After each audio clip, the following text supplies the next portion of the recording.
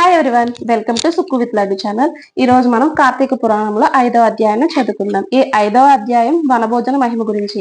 ఇప్పటి వరకు 4 అధ్యాయాలు అప్లోడ్ చేశాను. ఎవరికైనా వినాలి అన్న ఇంట్రెస్ట్ ఉంటే గనక ఆ అధ్యాయాలు పెట్టుకొని వినండి. కార్తీక పురాణం వినినను చదివినను మనకి పుణ్యఫలం అనేది అంతే విధిగా అయితే గనక వస్తుంది అనమాట. 4 అధ్యాయాలు ఆల్రెడీ అప్లోడ్ చేశాను. ఇప్పుడు 5వ అధ్యాయం గురించి అయితే గనక మాట్లాడుకుందాం. 4వ అధ్యాయంలో దీపం యొక్క మహిమ గురించి అయితే చెప్పారు. మన కార్తీక మాసంలో దీపం యొక్క మహిమ గురించి చెప్పారు. ఇప్పుడు వనభోజన మహిమ గురించి చెప్తున్నారు, విందాం.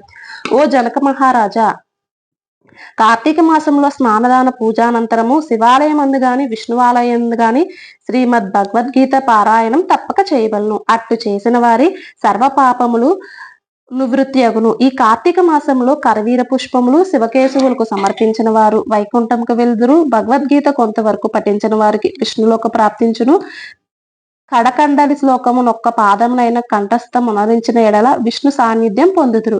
కార్తీక మాసంలో పెద్ద ఉసిరికాయలతో నిండి ఉన్న ఉసిరి చెట్టు కింద సాలగ్రామము యథోచితంగా పూజించి విష్ణుమూర్తిని ధ్యానించి ఉసిరి చెట్టు నీడను భుజింపవలెను. బ్రాహ్మణులకు కూడా ఉసిరి చెట్టు క్రిందనే భోజనం పెట్టి దక్షిణ తాంబూలంతో సత్కరించి నమస్కరించవలెను. వీలును బట్టి ఉసిరి చెట్టు కింద పురాణ కాలక్షేపం చేయవలను. ఈ విధంగా చేసిన బ్రాహ్మణ పుత్రులకు నీచ జన్మ పోయి నిజరూపం కలిగనని వశిష్ఠులు వారు చెప్పిరి. అది విని జనకరాజు, మునివర్య, ఆ బ్రాహ్మణ యుగనకు నీచ జన్మ ఎలా కలిగెను, దానికి గల కారణం ఏమిటి అని ప్రశ్నించగా వశిష్ఠులు వారు ఈ విధంగా చెప్పనారంభించిరి.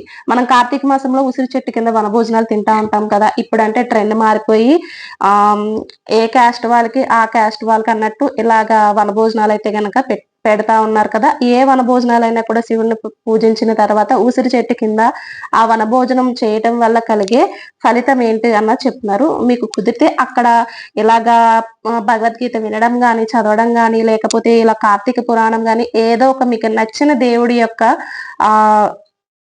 దేవుణ్ణి ధ్యానించుకుంటూ ఆ చెట్టు కింద ఒకసారి పట్టించండి. అక్కడే భుజించవలను అని కూడా ఉంది కదా. అది కూడా మీరు కథను బట్టి మీరు భోజనం చేసి ఒక న్యాప్ వేసినట్టయితే కనుక ఉండండి. ఇప్పుడు కథలోకి వెళ్ళిపోదాం. కిరాత మూషికములు మోక్షము నొందుట. రాజా, కావేరి తీరమందు ఒక చిన్న గ్రామమున దేవశర్మయ్యను బ్రాహ్మణుడు కలడు. అతనికి ఒక పుత్రుడు కలడు. వాని పేరు శివశర్మ. శివశర్మ చిన్నతనం నుండి భయభక్తులు లేక అతి గారావంగా పెరుగుట వలన నీచ సహవాసంలో చేసి దురాచారపరుడై మెలుగుచుండెను. అతని దురాచారములు చూచి ఒకనాడు అతని తండ్రి కుమారుని పిలిచి, బిడ్డ, నీ దురాచారములు అంతు లేకుండా ఉన్నవి. నీ గురించి ప్రజలు పలు విధములుగా చెప్పుకొనుచున్నారు. నన్ను నిలదీసి అడుగుచున్నారు. నీ వల్ల కలుగు నిందలకు సిగ్గుపడుతూ నలుగురిలో తిరగలేకపోచున్నాను. కాన నీవు కార్తీక మాసంలో నదిలో స్నానమాచరించి శివకేశులను స్మరించి సాయంకాల సమయంలో దేవాలయంలో దీపారాధన చేసేలా నీవు చేసిన పాపంలో తొలగటియే కాక నీకు మోక్ష ప్రాప్తి కూడా కలుగును. కాన నీవు అటులు చేయమని బోధించను. అంతటా కుమారుడు, తండ్రి, స్నానం చేయటం వలన ఒంటి మురికి పోవటం మాత్రమే కానీ వేరు కాదు. స్నానం చేసి పూజలు చేసినంత మాత్రాన భగవంతుడు కనిపించిన, దేవాలయంలో దీపంలో వెలిగించిన లాభమేమి, వాటిని ఇంటిలో పెట్టుట మంచిది కదా అని వ్యతిరేకార్థముతో పెడసరంగా సమాధానమిచ్చను. కుమారుని సమాధానం విని తండ్రి, ఓరి నీచుడా, కార్తీక మాసం ఫలమునంత చులకనగా చూస్తున్నావు కాన నీవు అడవిలో రావి చెట్టు తొరయందు ఎలుక రూపంలో బ్రతికిదవని కుమారుని శపించును. ఆ శాపంతో కుమారుడవు శివశర్మకు జ్ఞానోదయమై భయపడి తండ్రి పాదములపై పడి, తండ్రి క్షమింపుము, అజ్ఞానాంధకారంలో బడి దైవమును దైవ కార్యములను ఎంతో చులకన చేసి వాటి ప్రభావమును గ్రహింపలేకపోతుంది. ఇప్పుడు నాకు పశ్చాత్తాపం కలిగినది. నాకు ఆ శాప విమోచన ఎప్పుడు ఏ విధంగా కలుగునో దానికి తగు తరుణోపాయము వివరింపమని ప్రాధేయపడును. అంతటా తండ్రి, బిడ్డ, నా శాపము అనుభవించుచు మూషికము వై పడి ఉండగా నీవెప్పుడు కార్తీక మహత్యమును వినగలవో అప్పుడు నీకు పూర్వ దేహస్థితి కలిగి ముక్తి నొందుదువు అని కుమారుణ్ణి ఊరడించెను. వెంటనే శివశర్మ ఎలుక రూపం పొంది అడవికి పోయి ఒక చెట్టు త్వరలో నివసించుచు ఫలములు తినుచు జీవించుచుండెను. ఆ అడవి కావేరి నది తీరమునకు సమీపం నుండటచే స్నానార్థమై నదికి వెళ్ళువారు అక్కడి ఉన్న ఈ పెద్ద వటవృక్షం నీడను కొంతసేపు విశ్రమించి లోకాభిరామాయణం చర్చించుకొనుచు నదికి వెళ్ళిచుండిరి. ఇట్లు కొంతకాలమైన తరువాత కార్తీక మాసంలో ఒక రోజున మహర్షియగు విశ్వామిత్రులు వారు శిష్య సమేతముగా కావేరి నదిలో స్నానార్థమై బయలుదేరినారు. అట్లు బయలుదేరి ప్రయాణపు బడలి చేత మూషికము ఉన్న ఆ వటవృక్షం కిందకు వచ్చి శిష్యులు కార్తీక పురాణంను వినిపించుండిరి. ఈలోగా చెట్టు త్వరలో నివసించుచున్న మూషికము వీరి దగ్గర ఉన్న పూజా ద్రవ్యములో ఏదైనాను తినే వస్తువు దొరుకుతుందేమోనని బయటకు వచ్చి చెట్టు మొదట నక్కి ఉండెను. అంతలో ఒక కిరాతకుడు వీరి జాడ తెలుసుకొని వీరు బాటసారులై ఉందరు, వీరి వద్ద ధనం అపహరించవచ్చుననే దుర్బుద్ధితో వారి కడకు వచ్చి చూడగా వారందరూ మునీశ్వర్లే. వారిని చూడగానే అతని మనస్సు మారిపోయినది. వారికి నమస్కరించి, మహానుభావులారా, తమరు ఎవరు, ఎందుకు వచ్చితిరి?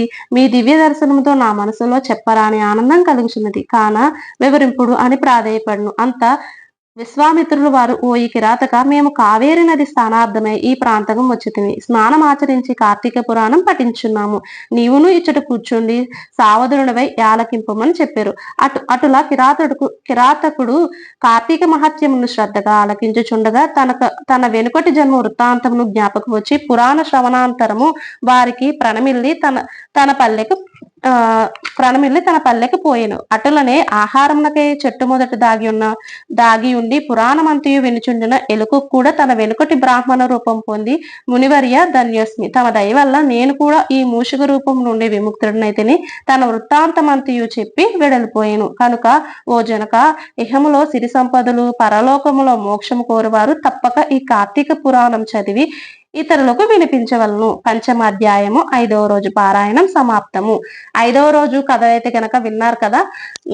తండ్రి శాపం వల్ల అతని కుమారుడికి మూషిక రూపం వచ్చింది. అయితే ఈ కార్తీక పురాణం వినడం వల్ల ఆయనకి ఆ మోక్షం మళ్ళీ తిరిగి మోక్షం అయితే గనక లభించింది అనమాట. కాబట్టి కార్తీక పురాణం వినిన వారును చదివిన వారికి ఇద్దరికి కూడా మనకి పరలోక మోక్షం అయితే గనక లభిస్తుంది. కాబట్టి కార్తీక పురాణం వినినను చదివిన మనకు అంతే అయితే గనక శుభ ఫలితాలు వస్తాయి. కాబట్టి పంచమ అధ్యాయం అయితే గనక ఈ రోజుతో సమాప్తం. 6వ అధ్యాయంలో మళ్ళీ కలుసుకుందాం. Thank you.